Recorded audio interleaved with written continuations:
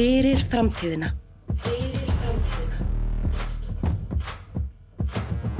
Vinnupallar. Öruggar lausnir. vaffpallar.is. Það held ég sérstakur ársreikningsþáttur hjá okkur á fótbolta.net þar sem farið verður yfir alla ársreikninga hjá liðum í bestu og lengjudildinni. Sem betur fyrir ég ekki að fara einn yfir bókhaldið, heldur að við fengið til minn Sævar Þór Sveinsson, Sævar í Utanvallar. Velkomin. Takk fyrir það. Þú krufðir bara alla ársreikninga sem komu í hús, ekki satt? Jú, bara allt sem er komið inn á neti allavega svona með daginn í dag. Það eru einhver örfálið sem voru ekki búin að birta eins og til dæmis Tindastóll, en allavega svona heilt yfir þetta bara í raun öll liðin í bestu deildunum og lengjudeildunum sem við erum með. Þannig það verður gaman að fara yfir þetta. Hvernig er svona heildarbragðurinn á fjárhag íslenskra liða? Þetta bara mjög mismunandi. Það eru nokkur lið sem skera sig út, aðalega Breiðablik og Víkingur sem eru svona gjörsamlega bara fjárhagslega býst, ef svo má segja, og síðan nokkur önnur sem eru líka mjög vel rekin fjárhagslega eins og bara Valur og ÍA ef eitthvað er nefnt. En síðan líka önnur félög sem eru mega væri örugglega til í að sjá fjárhaginn sinn aðeins sterkari. Þannig það er bara mjög mismunandi hvernig þetta er. Mikill ójöfnuður? Já, það er alveg hægt að segja það. Það er alveg mjög mismunandi hvernig félögin er stödd. Þú liðar þetta upp eftir nokkur gröfum, 10-11 gröf. Heldur betur. Svona hvernig, ef við byrjum bara, förum í tekjurnar. Já, byrjum á tekjunum. Það eru Blíkarnir hvað efstir. Já. Þeir eru með 1,3 milljarð í tekjur rúmlega. Hvernig, þetta eru væntanlega tekjur úr sambandsdeildinni þá helst eða eitthvað? Já, bara mest megnis. Það voru í ársreikningu þá var 900 milljónir sem voru tekjufærðar sem tekjur á mótum sem ætti þá bara raun og veru að vera mest megnis frá Evrópuævintýrinu þeirra. Og mér minni ég tók það nú saman núna í vetur svona þessar greiðslur sem var að fá út úr þessu og það var eitthvað í kringum 700 milljónir sem eru að fara að fá út úr sambandsdeildinni í fyrra. Mest af þeim pening var greiddur út af UEFA í fyrra, 2005, en einhver partur af því var greiddur út núna 2006 í janúar, febrúar, mars, einhvern tímann þá. Þannig það voru eitthvað 700 milljónir sem kallaliðið fékk og síðan voru þetta stelpunar sem fengur líka sitt. Evrópuævintýri fór hann í 8 liða úrslitin í Evrópubikarnum. Heldur betur. Tekjurnar af því eru samt töluvert minni en kallamegin. Þær fá svona í kringum 43 milljónir fyrir sinn árangur. Og sýnir kannski svolítið svona bilið í tekjunum kalla á kvennamegin. Hver helstu auðlindirnar fyrir utan eins og sambandsdeildina? Já. Þetta eru leikmannasölur, Já. Þeir voru reynda með frekar litla leikmannasölur í fyrra Blikarnir. Þeir voru með 33 milljónir tekjufærðar leikmannasölur. En árið áður voru þetta held ég einhverjar 104 eða eitthvað þannig milljónir. Þannig þeir seldu minna í fyrra, en samt sem áður með tæplega 1,3 milljarða í tekjur sem hæstu tekjur í sögu íslensk fótboltaliðs.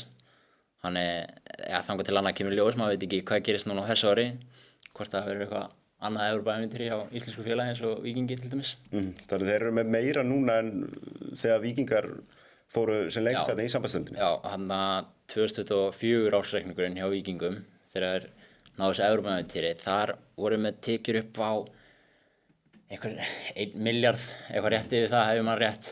Þannig þeir eru aðeins að slá þetta núna, Blikarnir, en við þurfum kannski líka að hafa í huga með þessar tölur að þetta eru auðvitað fyrir alla knattspyrnudeildinni í heild sinni og Blikarnir eru auðvitað með risastóra yngreflokka og í ársreikningu þeirra þá voru tæplega 200 milljónir tekjufærðar í æfingagjöld sem ef við horfum svona neðst á þessi gröf þá er það meira en tekjunar hjá sumum félögum. En það er þetta líka að spila smá rulli í því að okkur Blikar eru með svona mikla tekjur. Eins og þarna, þeir eru með það bara ársreikning bara fyrir meistaraflokkinn? Já, ársreikning hjá er bara fyrir meistaraflokkinn. Það eru 48 milljónir í tekjur? Já, þannig það er þetta smá munur á því hvernig félögin gera upp sína ársreikninga en flest gerir upp fyrir alla knattspyrnudeildinni í heild sinni. En það eru nokkur sem gera upp bara fyrir meistaraflokkana sína eins og Þór Káa, Grótta og IBVF, það var svona það sem við allavega man eftir. Síðan kannski voru einhver nokkur önnur hana. Nú eru F-fangar í öðru sæti, þeir voru ekki í sambandsdeild. Nei. Þú veist, hvaðan er þessi peningur að koma? Sko, það er mjög lítið sagt tekjurnar í ársreikningi FH. Þetta er raun bara tekjunum skipti í tvennt. Það er annars vegar tekjur meistaraflokksráðs og tekjur barna- og unglingaráðs. Og þetta er bæði eitthvað í kringum 300 milljónir sé hvað liðurinn. Og síðan er þetta ekkert sundurlega neitt frekar í ársreikningum. Þannig við vitum svo sem ekkert meira hvað er hann á bakvið. En allavega hvað meistaraflokkana sjálfa varðar, þá er þetta tæplega 300 milljónir sem að þeir voru með í tekjur. Hvað svona fyrst þér sjálfum áhugaverðast að líta á hérna? Þetta Breiðablik klárlega og FH komur alveg óvart að sjá FH-angaðan í öðru sæti. Ég meina þeir eru með örlítið, einhvern 2 milljónum meira en Víkingur í tekjur sem maður hefði nú kannski ekki búist við fyrirfram. Maður hefði búist við að Víkingur hefði verið hann í öðru sæti. Þeir eru Þórsarar sem unnu lengi deildina, þeir eru bara neðarlega. Já, þeir eru með verulega litl tekjur og bara til dæmis eins og Njarðvík eru hann með meiri tekjur en Þórsararnir. 6 lið fyrir ofan Þórsararna. Já. Ef við förum síðan bara í næsta flokk, það eru útgjöld. Heldur betur. Og það er bara þá allt sem fer út úr félaginu, væntanlega. Já, allir kostnaðurinn, allt sem var að borga. Þar sjáum við Blikana, þeir eru aftur bara í sérflokki. Já. Hvað vegur þyngst þarna? Þetta er launakostnaður eða eitthvað? Já, Blikunum, já, þetta er launakostnaðurinn. Þeir eru með sko gjaldalið hjá sem heitir þjálfun, leikmenn og yfirstjórn sem er svona mestmegnis laun en það er einhver annar kostnaður líka hana undir þeim liði. En það var alveg 792 milljónir sem er tæplega 2/3 af útgjöldunum. Þannig þetta eru þetta bara mestmegnis laun sem eru að borga og það er svolítið raunin hjá flestu félögunum. Það eru þetta launakostnaðurinn sem vegur þyngst hjá þér. Og væntanlega líka hjá Blikum bónusgreiðslur til leikmanna þá? Eða? Já, alveg 100%. Og þeir eru nú meðal annars með til dæmis sko útgjaldalið sem er þáttaka vegna móta sem er þá bara, ég meina eflaust bara ferðakostnaður og annað við sambandsdeildina og Evrópubikarinn hjá stelpunum í fyrra. Og ég meina það er auðvitað heldur kostnaðarsamt að fara í eina útlandaferð með 25 mann sem er að fara í þessar ferðir sem maður ráð fyrir. Það kostar sitt og ég man nú að það var nú talað um það það var nú til dæmis í ársreikningi Víkings þá er nú með sundurlegan kostnað fyrir sko bara ferðakostnað. Það voru 111 milljónir hjá Víkingum í fyrra. Víkingum. Þannig það er ekki blátt einu sinni. Já, þannig það er bara getur helviti dýrt að þurfa að ferðast frá þessu landi. Það er bara hannig. Aftur sjáum við F-fáinga ofalega, það stóð ekkert nánar um þetta í skýrslunni eða hvað? Jú, þeir eru nú aðeins með meira sundurlega með útgjöldin sín. Meðal annars, ef maður rétt, þá voru útgjöldin hjá sko yngri flokksstarfinu, það var svona svipað bara á tekjunar, það var eitthvað rétt undir 300 milljónir. Ég man svo sem ekki nákvæmlega hvað annað, það var nú ekkert eitthvað beint áhugavert annað við sko útgjöldin að bara síðan einhver launakostnaður og allt svona eðlilegu kostnaður, ekkert þetta sem svona vakti beint athygli, myndi ég segja. Og þarna sjáum við líka bestu deildarliðin IBVF og Fram. Já. Þau eru þarna fyrir neðan Fjölni sem fjall með þessa í aðra deildinni. Já, það har náttúrulega verið mikið bras fjárhagslega á Fjölni undanfarin ár og hver Reykjavíkurborg kom með á einhverja hálfgerða gíslingu á nefnum tíma en ég gerir nú samt ráð fyrir að sko þeir eru nú með frekar stóra yngreflokka nokkuð vissum, þannig að það er líka svolítið vegur þungt þar myndi ég halda sko bara kostnað við það samanburði við til dæmis IBVF sem eru með öllum líkindum minni yngreflokka hjá sér, þannig það nú kannski og kannski líka hafa í huga, ég meina ársreikningur í IBVF er bara fyrir meistaraflokkin. En hjá Fjölni var það fyrir alla knattspyrnudeildina, þannig IBVF eru... Já, IBVF, allavega kostnaður meistaraflokkin er öllum líkindum meiri hjá IBVF. Aftur sjáum við Íringarna neðst sem kannski, og þeir eru fyrir neðan Þór Káa sem er einmitt líka bara meistaraflokkunum væntanlega. Já.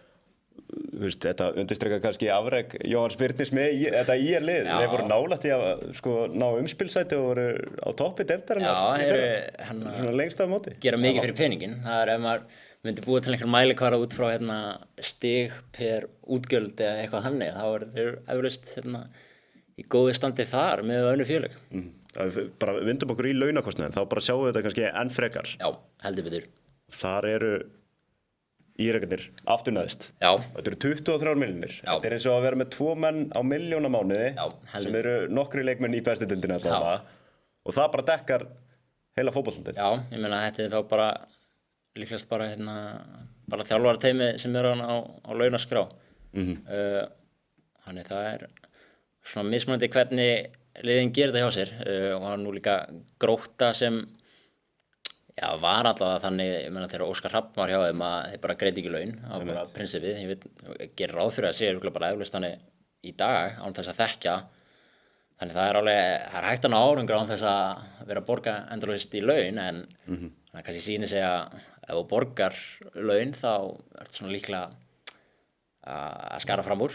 Veglegra til árangurs. Það er svona einhver fylgni þar á milli. Aftur sjáum við blikana í bara sérflokki, eins og við vorum að nefna áðan, þetta er allir yngri flokkaþjálfarar, þetta eru bónusgreiðslur, þetta er bæði kvenna og kalla flokka, Valsararnir og Stjarnan, þessi lið eru bæði fyrir ofan Víking sem kemur kannski á óvart. Já, það verður alveg segjast. Og sérstaklega hjá Stjörnunni, sko, þeir eru alveg með mjög háan launakostnað og sérstaklega þegar þú skoða í sambandi við sko tekjunæra, þess að launahlutfalli, þá eru þeir alveg að borga helviti mikið. Síðan líka KR-ingar er mjög ofarlega í launakostnaði og þetta er KR-liðið sem enda í 10. seti deildarinnar. Já, og það mitt kannski hefði nú verið helviti kostnaðarsamt fyrir að detta nú deild og sömuleiðis ÍA sem voru nú mann voru nánast búin að staðfesta að voru fallnir. Þeir eru þarna á eftir KR reyndar 50 milljónum fyrir aftan á það. Það náttúrulega getur alveg verið þú veist, sömuleiðir reyna að spenna bógan stundum til þess að reyna að ná árangur og komast í einhver Evrópusæti og fá einhverja Evróputekjur. Það er auðvitað, þú veist, veðmál sem að getur alveg orðið frekar arbært ef þú nærði en síðan getur líka gæst að bara hlutir heppnist ekki og þú ert bara með allt og mikinn launakostnað og ég man nú til dæmis sko ég skoða nú í fyrra þegar KR-ingar voru í þessari fallbaráttu að það getur alveg verið heldur mikill tekjumunur á því að vera í lengjudeildinni og bestudeildinni. Það er nú eitthvað í kringum sko 55-60 milljónir króna í tekjur sem munar svolítið þarna á milli og þá erum við bara að tala sko í greiðslum frá ITF, sjónvarpsrétturinn og statréttindin hjá Genius Sport. Það er einhverjar 22 milljónir og síðan fá þessi lið í efstu deild karla, þau fá líka sko eitthvað svona í kringum 38 milljónir frá UEFA í samstöðubætur. Þannig ertu bara með sko 60 milljónir í tekjur sem getur verið að missa af ef dettur niður í lengjudeildina. Og síðan líka auglýsingar. Já, það eflaust getur líka breyst eitthvað, þannig það getur verið bara mjög erfitt fyrir félagi ef allt gengur ekki upp á tímabilinu og bara dettur niður deild, eins og gat gerst með KR-ingar og voru mjög nálægt í. Og ef við bara, þú veist, með lengjudeildarlið, HK er þarna, þeir eru auðvitað með fjölmenna yngri flokka, þeir eru fyrir ofan 5 bestu deildarfélög, Keflavík reyndar líka. Já, það er alveg hár launakostnaður hjá þeim tveim. Þú veist, þetta eru lið sem endi í 4. og 5. seti í lengjudeildinni á síðasta tímabili og mættust reyndar í úrslitaleiknum. Já, algjörlega. Og síðan líka, ég meina, þú tekur líka Fylki inn í myndina. Ég meina, Fylkir var líka náttúrulega í lengjudeildinni í fyrra og ætlaði þessi stóra hluti. Það gekk heldur betur ekki upp. Og ég meina, þeir eru með meiri launakostnaðinn til þess Framararnir sem voru í efstu deild í fyrra og Vestri og... Þannig þetta er, þú veist, en eins og Framararnir þarna, þetta er öll íþróttadeildin eða hvað? Já, minnir það, ég er ekki alveg með 100% en jú, minna. Við förum bara í næsta, það er launahlutfallið. Já. Það segir okkur hvað? Sko, launahlutfallið, það er bara tekjur deilt með laununum, þannig það setur þennan launakostnað sem við vorum með á síðasta grafi, svona aðeins betra samhengi og þá sjáum við til dæmis að Stjarnan með hæsta launahlutfallið. Þeir hvað voru með 3. og 4. hæsta launagreiðslunar, minnir mig. Jú, það voru undan 3. Já, en þú veist, í hlutfalli við tekjunara eru þeir bara að eyða helviti miklu í launin sín. Þannig að bara af hverjum 100 krónum sem þeir fá í tekjur fara 84 krónur í laun. Þannig að það er ekki mikið eftir í eitthvað annað til bara þú getur ekkert verið að kaupa endalaust einhver nýjum boltum eða keilum. Ef þú verður að reka bara fótboltafélag og vildir vera að ná árangri, hvar er best að hafa þessa tölu? Þú verður að eyða einhverju í laun, þannig að kannski... Það er bara eins lágt og þetta er eiginlega bara samhengi milli þess að hafa eins lágt og getur og hafa árangurinn eins góðan og getur, og það er kannski erfitt að segja hvar svona það jafnvægi er, en þú veist, ef við horfum á liðin sem eru hann, ég meina Víkingur og Breiðablik eru hann einhverjum 50-60%. Fjöldin er eiginlega mestur í 60%. Já, og þetta er kannski líka smá áhugavert að pæla í þessu út frá nýju fjárhagsreglunum sem eru að koma í ensku deildina næsta tímabili, þannig að squad cost ratio reglunar. Þar snýst þetta allt bara launahlutfallið. Og hvað má það vera hátt? Sko, í ensku deildinni þá má þetta vera 85%. Þannig að þetta þá launakostnaðurinn, bæði hjá leikmönnum og þjálfurum. Þetta eru afskriftir af leikmannakaupum og þetta eru greiðslur til umboðsmanna sem tekin inn í þessa jöfnu og þá deilt með football related revenue, þannig bara tekinu sem tengjast bara fótboltanum, þannig til dæmis eins og Chelsea geta ekki verið að selja kvennaliðið og einhver hótel og eitthvað svona, það telur ekki lengur.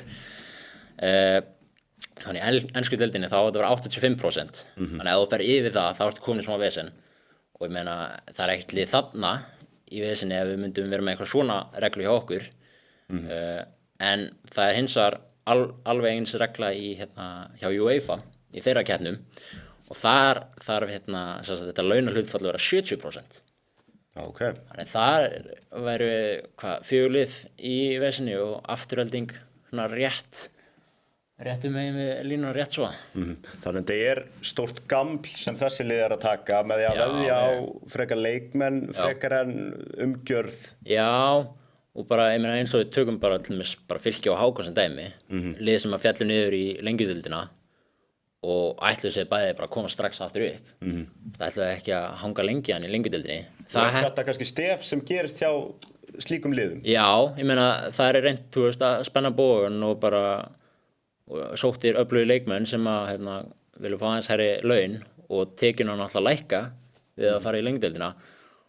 Og veist, þetta er bara séns sem þú tekur og veist, ef það heppnaðist þá er það geggjað, en eins og í tilviki Fylkis og HK þá heppnaðist ekki og það geti verið smá svona byrjunin á einhverjum spíral, getur alveg vel verið. Við förum bara í næstu glæru, þar er afkoman, hún segir okkur svolítið mikið. Já, bara hver að græða pening og hver ekki. Blikarnir náttúrulega skera sér svolítið úr hana, 167 milljónir í hagnað.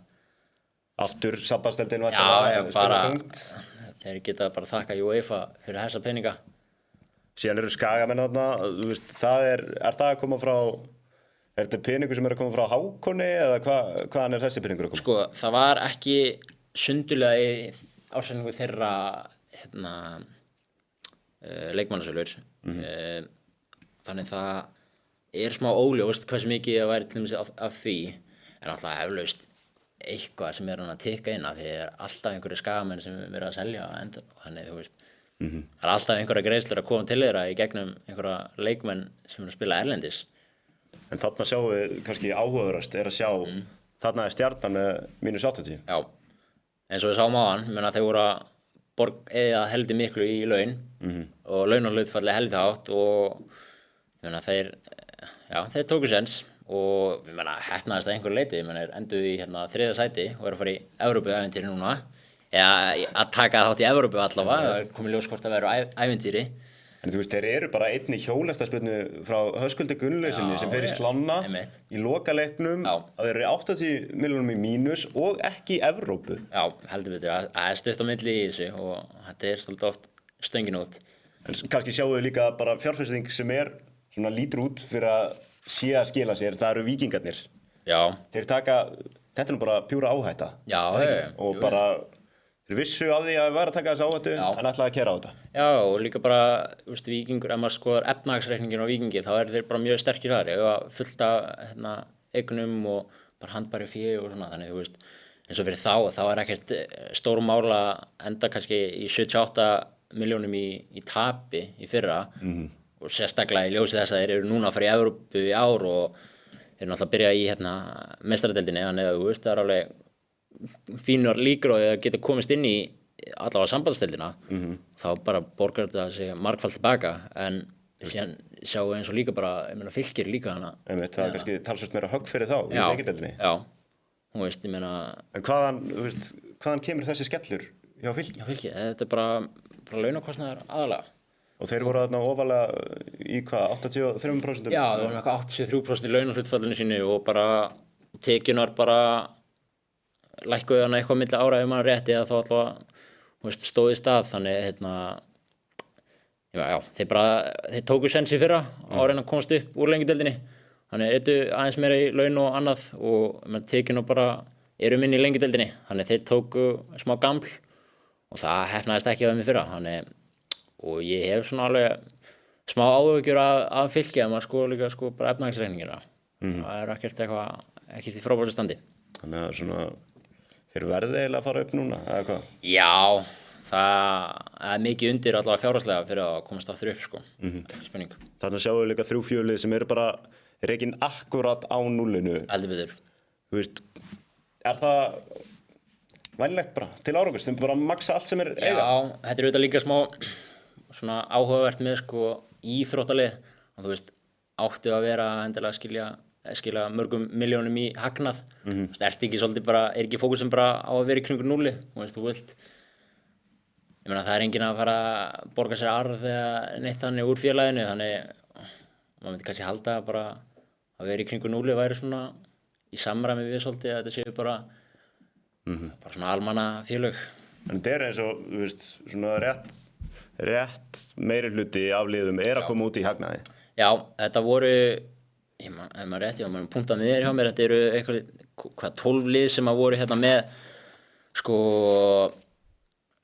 hagnað 11 sem voru í mínus Einmitt. og ef þú tekur bara samanlagt hjá öllum þessum liðum þá er afkoman í heildina 28 milljónir í plús 28 milljónir já, pluss. þannig þú veist, heilt yfir er Íslensku fótball Já. er í 28 milljónir já, pluss. fótboltakerfi er í 28 milljónir plús í fyrra Þá bara förum við í næsta sem eru einmitt eignir. já, Og þar eru aftur blikarnir, þeir eru ekki að koma svolítið vel út úr þessu hjá okkur. jú, þeir eru bara fáránlega vel stæðir fjárhagslega Fengu þetta einhvern arf árið. já, fyrir einhvern 4 ári síðan Hvað var það mikið? það voru 200 milljónir frá honum Guðmundi Óskar Eggertsinni eða Guðmundi Eggerti Óskarsinni Guðmundur Eggert Óskarsson skrifaði hann hjá mér hann áraleitaði hana 200 milljónum fyrir 4 ári síðan og það er þetta svona litar þetta aðeins en Veistu, og hvað er sá peningur í dag?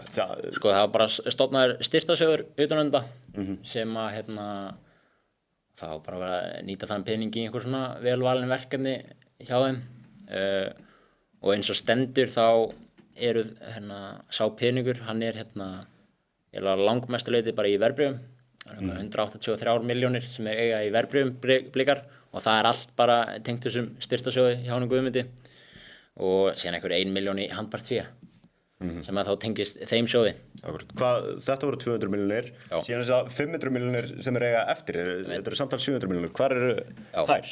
Sko þeir eiga samtals rúmlega 300 milljónir í handbært fé það er helvið slatti sko Þannig þeir geta bara pungað út 300 milljónum á morgun já, þeir geta bara staðgreitt já, bara hvað sem er nánast svo maður segja það eru einhverja sko af þeim en síðan restin af þessum pening hvað er einhverja 200 milljóna afgangs það var held ég bara minnum sko, það er held ég 40 eitthvað milljónir sem eru sko eggfærðir leikmannasamningar þannig bara það sem er verðmeta leikmönnum sín á og síðan voru held ég einhverja 10 milljónir í rekstrarfjármunum sem er þá bara einhver tæki eða einhver lettskjáir eða eitthvað þannig Síðan eru Víkingar, þetta eru þessi sama stef og hefur verið, þetta eru þessi 2 lið Þú veist, þeir eru með eitthvað í sjóðum líka, ekki satt? Jú, Víkingarnir eru með 179 milljónir í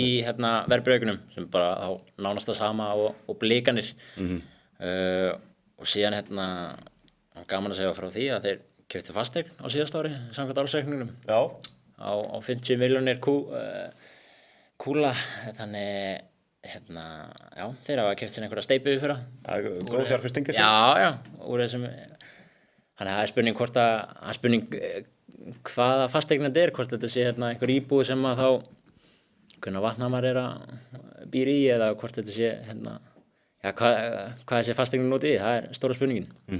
Síðan sjáum við Skagamenn, þeir eru, þetta var eins og við vorum að nefna á hann, þeir eru með leikmenn úti sem eru að gera það gott. Einmitt. Er þetta út frá því eða hvað?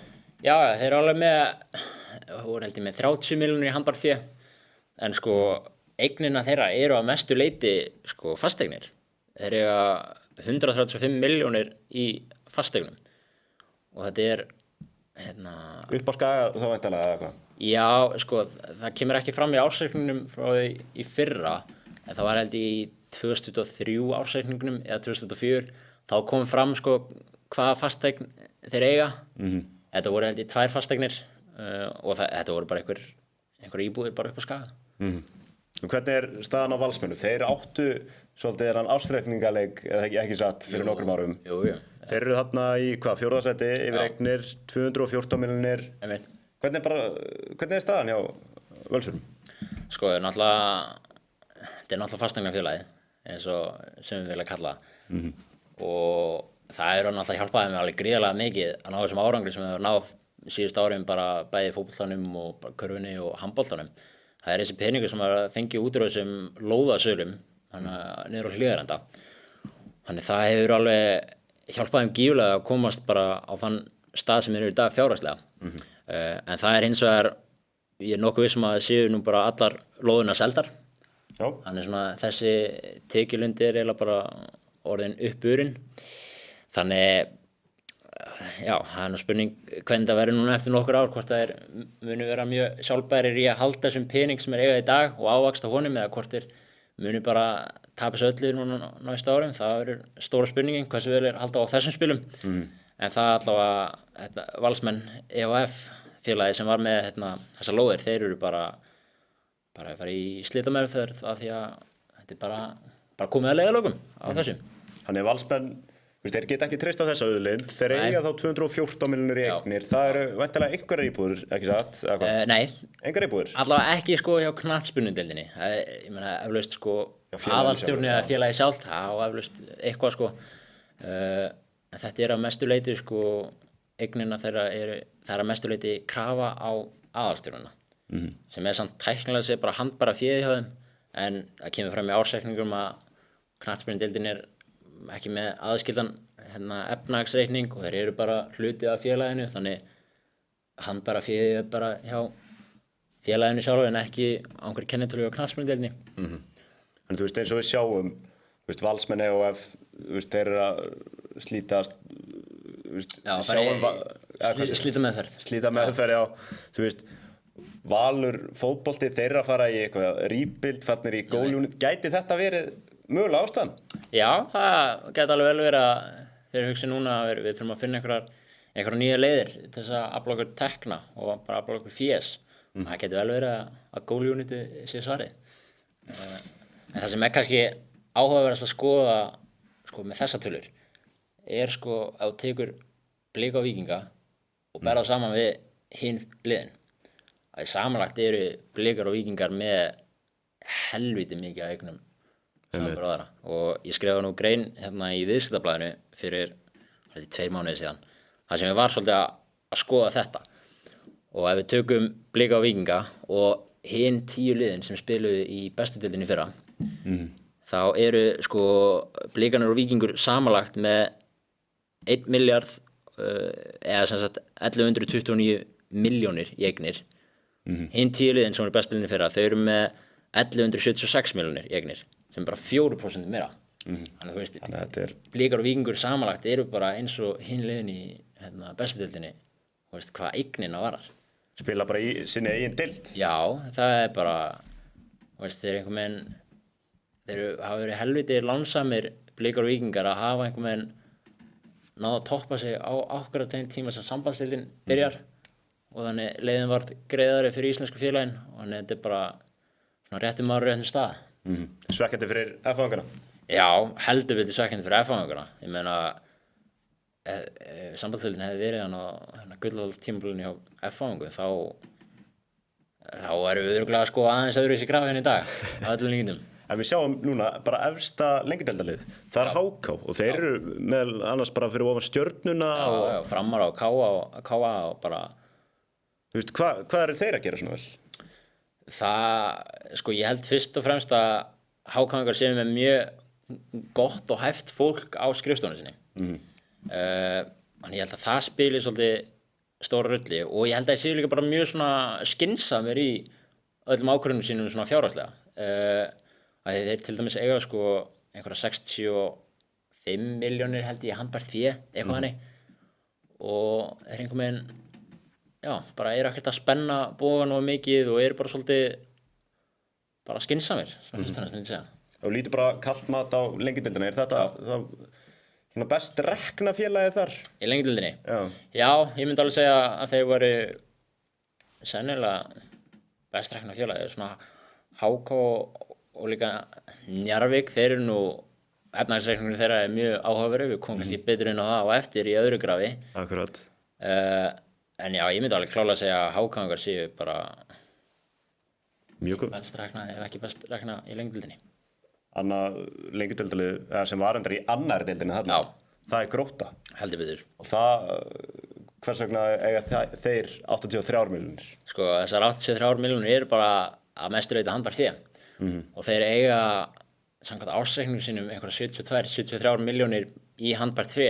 Bara, þannig þeir eru með einhverja 73 milljónir bara inn á bankabók sem er bara að bíða eftir í að noti eitthvað skemmtilegt. Já.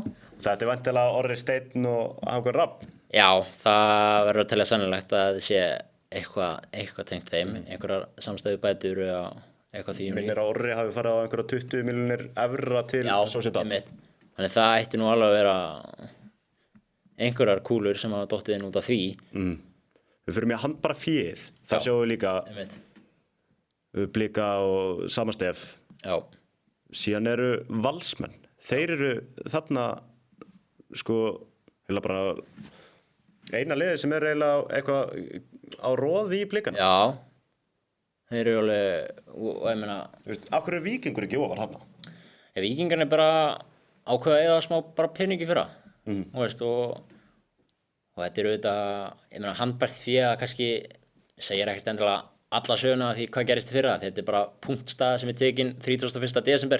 Þannig, þú veist, ef þú tekið þessa punktstöðu mánuði fyrr, þá er þetta eflaust litið eitthvað aðeins öðruvísi út. Þannig að þetta er líka bara spurning sko tímasetningu líka. En já, Valsararnir eru mjög vel staddir hvað þetta varar og vorum náttúrulega að tala um Gróttu, menn þeir eru hann í 3. sæti. Það kemur heldur við óvart, það verður að segjast. En eins og ef við lítum bara neðarlega töfluna. Já. IBVF með 0 krónur. Já, sko ég held að það sé svona svipað dæmi og hjá Völsurum að því leytinu til að knattspyrnudeildin sjálf á ekki beint bankareikning heldur, þetta er bara tengt inn í félagið sjálft. Svona kemur ekki beint fram í ársreikningum en svona ef maður les suma skýringar og annað þá þykir maður líklegt að það sé þannig. Káringarnir og F-fáingar, þeir eru nú nokkuð neðarlega. Já. Það er ekki svolítið óvart? Allar Káar? Jú, alveg einhverlega. Reyndar ekki, ef ég á að vera hreinskilinn þá myndi kannski ekki komið óvart með Káringarna því að þeir hafa verið í smá brasi í efnahagsreikningum sínum síðustu árin. Þannig það kemur ekki beint á óvart. En það sem er kannski áhugaverðast að sjá þarna á þessum lista finnst mér eru Fylkismenn. Það eru með 131.000 kall inn á sínum bankareikningum. En á eftir, þetta er bara punktstaða 31. desember. En þetta eru auðvitað sama punktstaðan hjá öllum félögunum. Þannig, þú veist, þetta eru allt fótboltaliðið bara í sama businessinu. Þannig þetta á alveg að vera sambærileg punktstaða. Þannig þetta vekur miklar áhyggjur á mér hvað Fylki varar. Og þetta hefur líka bara verið svona hjá þeim síðustu árin. Þetta handbæra fé. Þeir voru með sko 2022 121.000 kall í handbæra fé. 2023 segi ég, þá voru með 13.000 kall. Já. Veist, ég er með meira en á kortinu mínu núna. Og 2004 þá voru með 670.000 kall. Þannig sko ég meina síðustu 5 árin eða síðustu 4 árin þá hafa þeir ekki verið með yfir 1 milljón inn á bankabókinu sinni 31. desember. Það væntanlega mikið áhyggjuefni. Já, mér finnst það mjög mikið áhyggjuefni og ég nú fylkismaður sjálfur, þannig maður pælir sérstaklega mikið í fylki ég sjálfur, sko, þannig. Þú veist, eins og með eignir, þeir eru 3. neðsta liðið þar, með 17 milljónir í eignir. Og ég svo sem þekki nú samt ekki, til dæmis eins og með, þú veist, launagreiðslur og annað, hvort þið sé að borga fyrsta hvers mánaðar og allt það. Ég hef svo sem ekkert heyrt af einhverju þannig.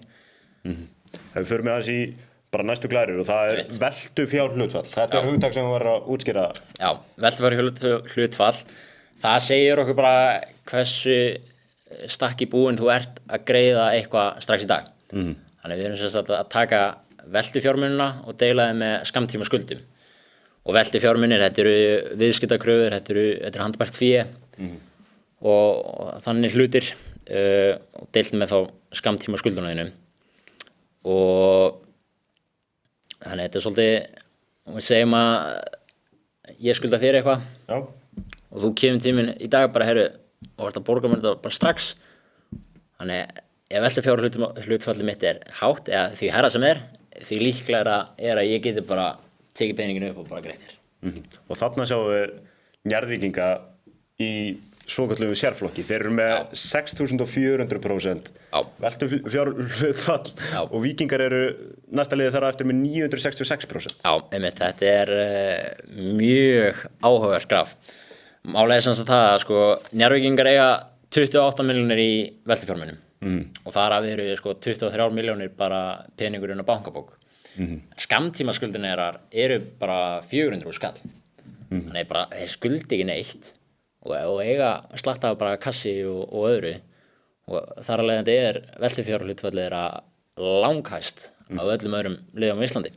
Og þetta geti kannski útskýrt að hvers vegna þeir geta spennt bógan eins og þeir hafa gert núna fyrir þetta tímabil. Þeir bara sóttu heldur betur leikmenn núna í vetur og fyrir þetta sumar og það eflaust hægt að reykja það meðal annars til þess að bara þeir geta tekið hennar sens og geta reynt að fara allar leið og komast upp í bestuldina sem eflaust markmiðið hjá þeim.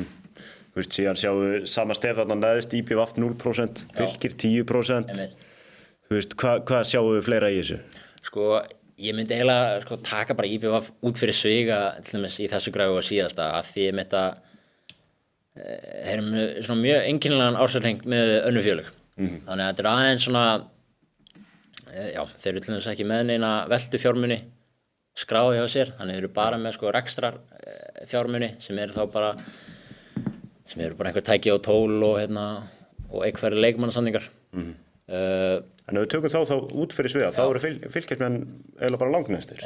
Þeir eru ekkert í frábærum málum að það skoður veltufjárhlutfallið. Þeir eru með 2 milljónir í veltufjármunum sem eru eins og við sögum áðan þessi 100 og eitthvað skall í peningum.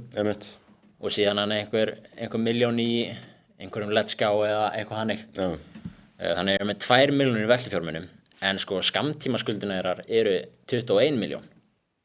Slatti og þetta það er líka aðeins mismunandi hvernig skammtímaskuldir félög eru með eins og til dæmis Blikarnir, þeir eru með hæstu skuldinar á öllum félögunum.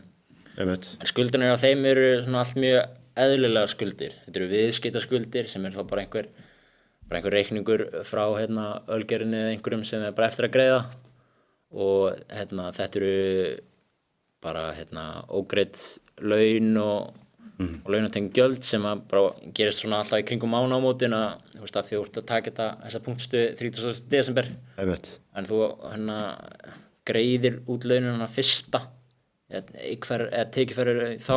Akkurat. Þetta bara allt mjög eðlilegt þannig skuldir. En Fylkismenn, þeir eru til dæmis með yfirdrátt upp á 5 milljónir. Í skuldum? Já. Þannig eru með einhvern yfirdrátt upp á 5 milljónir sem þá bara á einhverjum háum vöxtum sem eru að greiða því. Ef við sjáum bara grafið af skuldunum. Förum við skuldunar. Það eru 5 milljónir af hvað? Þeir skulda 23 milljónir? 23 milljónir og 5 milljónir því er yfirdráttur.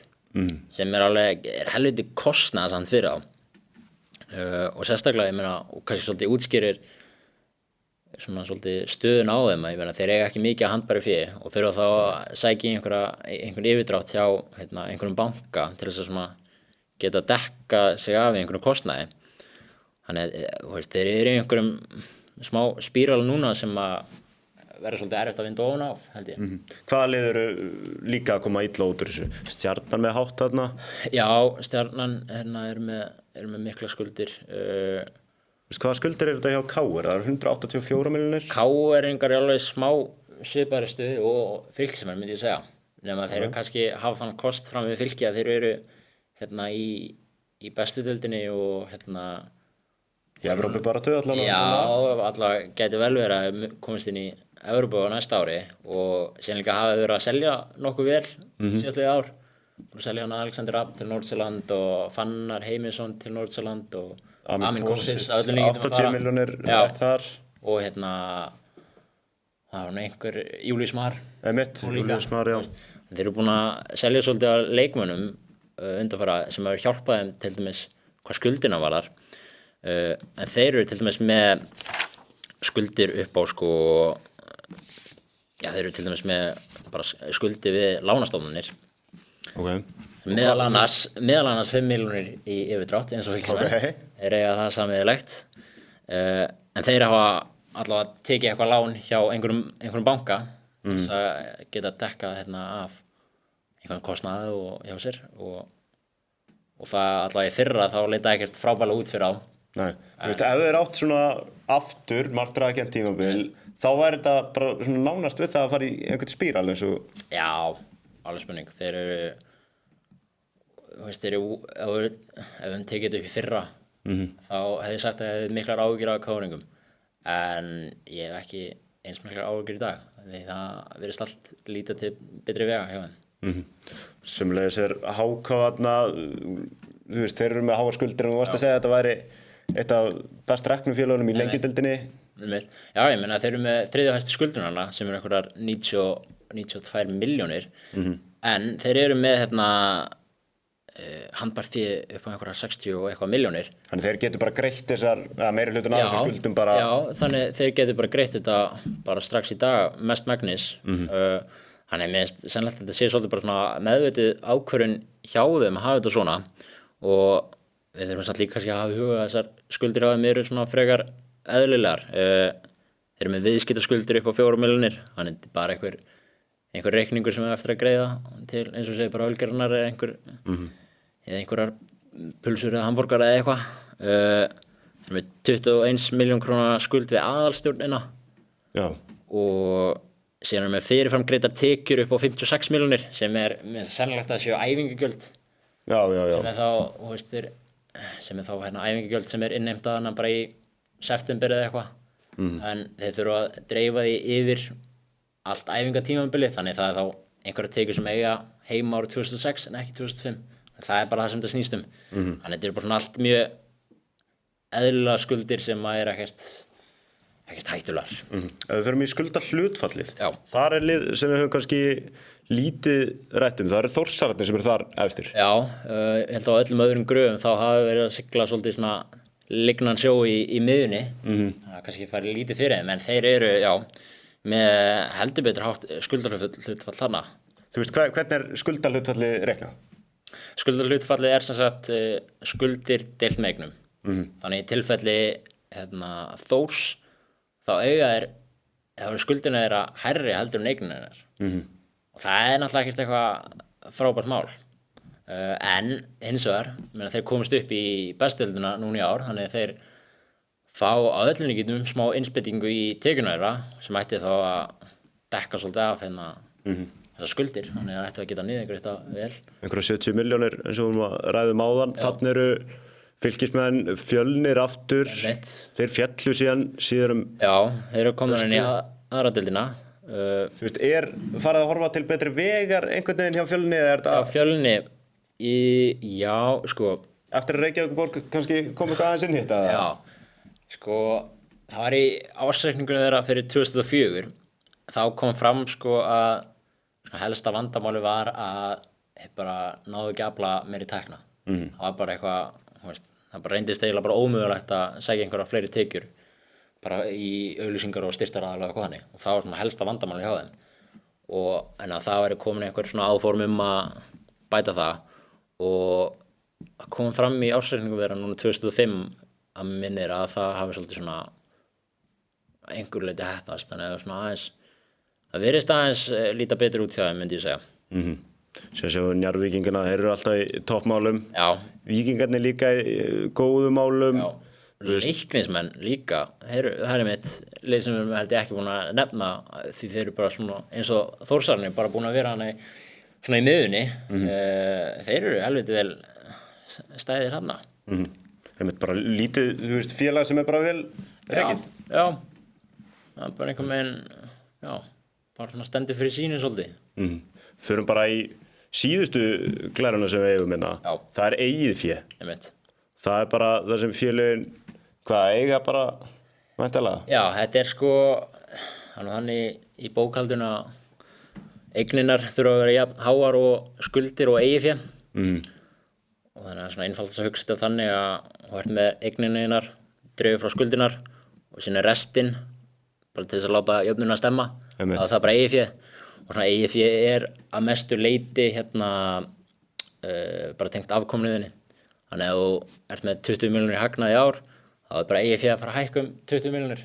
Einföld leið til þess að hugsa þetta og þar sjáum við til dæmis að sko Breiðablik og Víkingur helvíti ofalega. Bæði jöfn líka? Já, bara nánast jöfn. Og síðan eru Skagamenn. Það kemur líka svolítið óvart. Já, en meina, þeir hafa bara verið bara í miklum hagnaði síðustu árin. Bara fyrst og fremst út af leikmannasölum og einhverjum samstöðubeitum og uppbyldisbótum. Kannski fróðlegt að sjá ársreikningin þeirra á næsta ári út í að þeir spenntu bógan svolítið núna í vetur.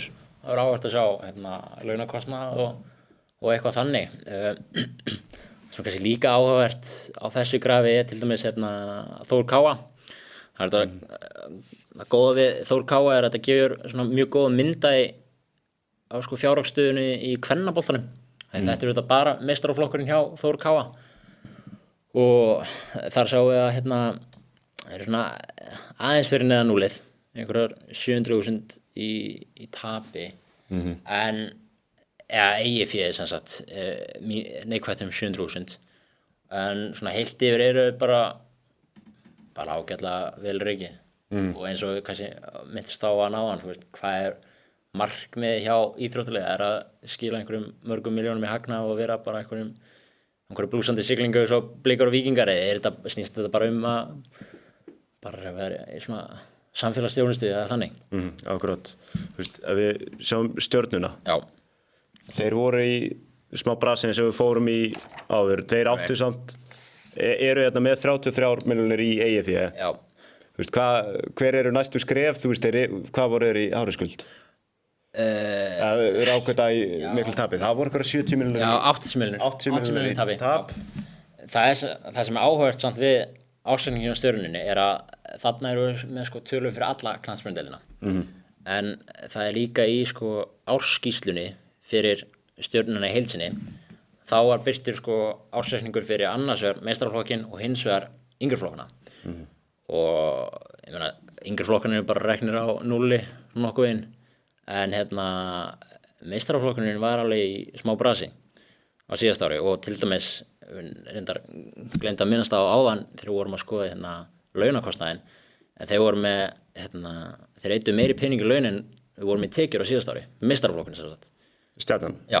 Meistaraflokkar Stjörnunnar þá kallaði á kvenna þeir voru með eyddu held í 297.000 í sko laun og síðan eitthvað svona kostnaður tengdu leikmönnum sem er þá bara einhver bílaleigu og einhver leigu á húsnæði eða eitthvað þannig. Það voru 297 milljónir en þeir voru með tekjur upp á 250 milljónir. Það er ekkert rosalega sjálfbært. Reiknistæmi sem gengur eiginlega ekki upp. En eins og við sögum áðan, ég meina þeir tóku séns, kallalið, enduðu í 3. sæti, eru að fara í Evrópu, fáum við einhverja tekjur út af því. Og þú veist, bara hversu miklar tekjur þetta, þú veist, ef þeir komast ekki í sambandsdeildina, vinna kannski í fyrstu 2 umferðunum, þú veist, í forkeppninni, hvað það miklar tekjur? Sko, allavega þegar ég var að skoða þetta í fyrra dag, þá var UEFA ekki búið að birta sko greiðslu áætlunina sína fyrir þetta tímabil. En í fyrra þá var til dæmis eins og hvað var að Káa til dæmis, þeir held ég fengu einhverjar ég man ekki hvað var nákvæmlega, en þetta þú veist, svona ef þú kemst áfram í aðra umferð þá þetta sennilega svona 70 milljónir króna sem ferð. Þetta er samt Mínus, svo þetta eitthvað í kringum það. Ég er ekki með nákvæmlega tölu, en Það er eins og fyrir lið að fara upp úr lengjudeildinni og í bestu. Já, svona nokkuð inn. Og síðan auðvitað, ég meina, þeir eru að fara að mæta hana Víking Götu í fyrstu umferðinni. Veit nú ekki svona hvernig hver er líklegastu þar. Það verður að koma í ljós. Við heldum ekki með stjörnumönnum þar fyrst við varum að fara yfir þetta enda. Við erum bara að vona að besta fyrir íslensku liðin. En það sem er kannski svo heldum aðeins áfram með stjörnuna, eins og ég segi, það var hana ársreikningur sem sýndi annars vegar meistaraflokkinn og hins vegar yngriflokkana. Og þetta EIF sem við sjáum hérna fyrir alla knattspyrnudeildina, 33 milljónir. Sko fyrir yngriflokkastarfið þá var EIF held ég einhverjar 26 milljónir, 27 milljónir, eitthvað í kringum það. EIF hjá meistaraflokknum var einhverjar 4 milljónir. Þannig, þú veist, hann sé mikill munur. Já, það er heldur mikill munur og eina ástæðan fyrir að EIF hjá meistaraflokknum er jákvætt er út af lið í EIF eða undir EIF sem heitir endurmatsreikningur leikmannasamninga sem er alveg, það er nánast heilt podcast út fyrir sig ef við myndum fara út í það. En löngsaða stutt þá er það ekki alveg í samræmi við ársreikningalögin að hafa hennan endurmatsreikning leikmannasamninga þarna undir. En það ætti raun að vera 0 krónu þar ef þetta væri gert rétt. En hann er 8 milljónir hjá Stjörnunni. EIF er í raun og veru bara neikvætt 4 milljónir hjá meistaraflokknum. Ok, þannig það er ekki... Þannig þú veist, það er svona skekkir aðeins myndina þessi endurmatsreikningur leikmannasamninga, skekkir myndina hjá öllum félögum hana. En eins og ég segi, það er alveg svolítið löng útskýring allt það saman. Það er eiginlega sér podcast út fyrir sig. Við tökum það síðar. Já. En bara svona til þess að kjarna þetta aðeins. Hvaða, þú veist, þetta er Víkingur og Breiðablik sem eru efst. Já. Hvaða lið myndirðu segja, eru það fylkismennir sem eru bara verst staddir eða? Ég myndi segja það. Ég myndi alveg segja það, já. Ef ég þyrfti að segja eitthvað, þá er það fylkismenn. Og síðan líka Fjölnir og Þórsarar, þeir eru ekkert í frábærum málum, ætti nú samt að vera betri á Þórsurum núna á þessu ári. Eins og sagði með KR-ingana, í fyrra hafði ég miklar áhyggjur af þeim, ekki eins miklar núna í dag. Þannig það er, og síðan eru bara svona mörg önnur lið sem eru bara svona að sigla leiklarinn sjó. Þannig þú veist, eins og núna bara með kannski samanborið við síðust ár, nú eru að fá tekjur frá sambandsdeildinni. Það hlýtur væntanlega að vera gott fyrir íslenska hagkerfið í heild sinni. Það er bara, hefur fáralega gott fyrir íslenskt hagkerfið. Við sjáum þetta bara, fyrst og fremst bara á leikmannasölum. Leikmennir eru að fara núna á einhverjar margar milljónir á milli félaga sem er bara, öllum líkindum bara út af því. Það komið meiri peningur inn í hagkerfið. Þannig að þetta hefur verið afskaplega gott fyrir okkur að fá sambandsdeildin og heldur betur skila sér og við verðum eiginlega bara að vona að íslensk félög verða hana á hverju einasta ári. Það mun alveg skipta sköpum fyrir okkur. Nú veit ekki hversu lengi þú er grúskað í ársreikninga aftur í tíman, en þú veist, lítið er betur út núna en fyrir nokkrum árum til dæmis.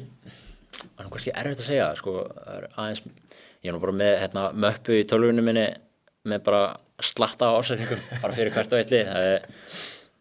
Sum lið er ég með kannski ársreikninga til ársins 2020, hjá einhverjum, ég er með til þess hjá Káa til ársins 2016 eða 17. Það er svona lengsta sem ég hef aftur í tíman. Og hann var alveg svolítið síðan ég kíkti á það, þannig svo sem það er að segja nákvæmlega til það. Og síðan auðvitað skekkir kannski aðeins myndina þannig að COVID-tímabilin. Akkurát. Aðeins, þannig þetta svona, það er eftir að fullera eitt eða annað en svona tilfinningin er svo að það bara hefur margt batnað í fjárhagi íslenska félaga og örugglega bara fyrst og fremst út af sambandsdeildinni. Ég ætla bara að slá botninn í þetta. Sævar, takk hérlega fyrir frábæra skýrslu. Já, Verið sæl.